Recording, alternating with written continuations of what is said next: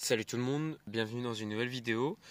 Alors aujourd'hui je fais une update après les gelées qui datent d'il y a environ 5-6 jours.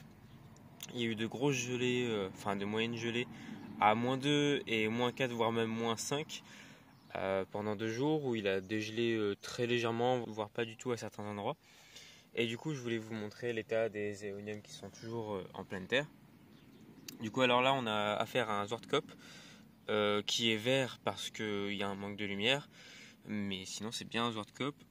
Et on peut voir qu'il a gelé, mais finalement au niveau des feuilles, en fait, les feuilles n'ont pas complètement pourri, certaines oui, mais on peut voir qu'en fait il est toujours vivant.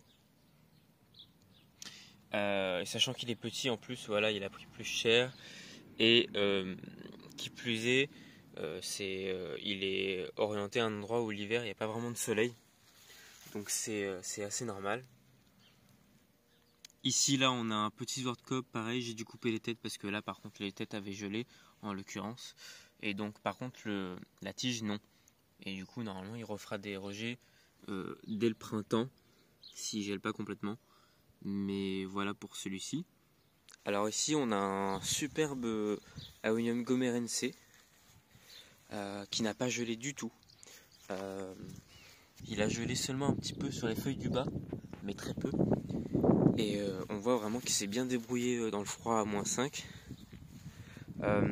Celui-ci par contre a été protégé d'un voile d'hivernage doublé.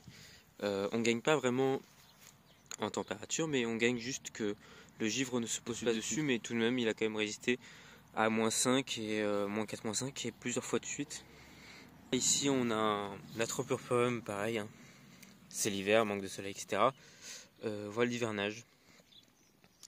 Et pareil, il n'a pas gelé, il a subi un petit peu de dégâts sur les feuilles. On voit que les feuilles sont très vivaces encore. Donc même le cœur n'a pas été touché.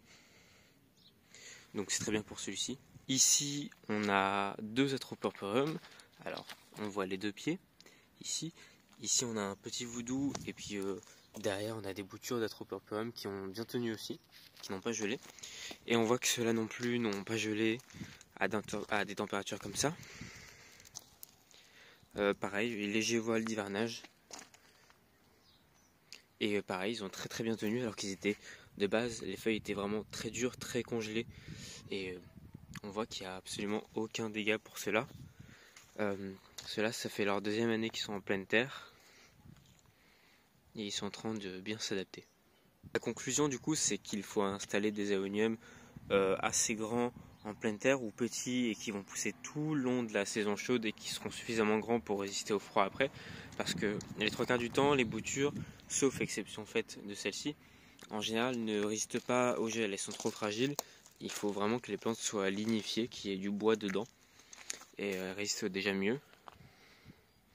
Couverte un peu d'un voile d'hivernage, voire même un voile d'hivernage doublé, c'est mieux pour éviter que le givre se pose dessus également.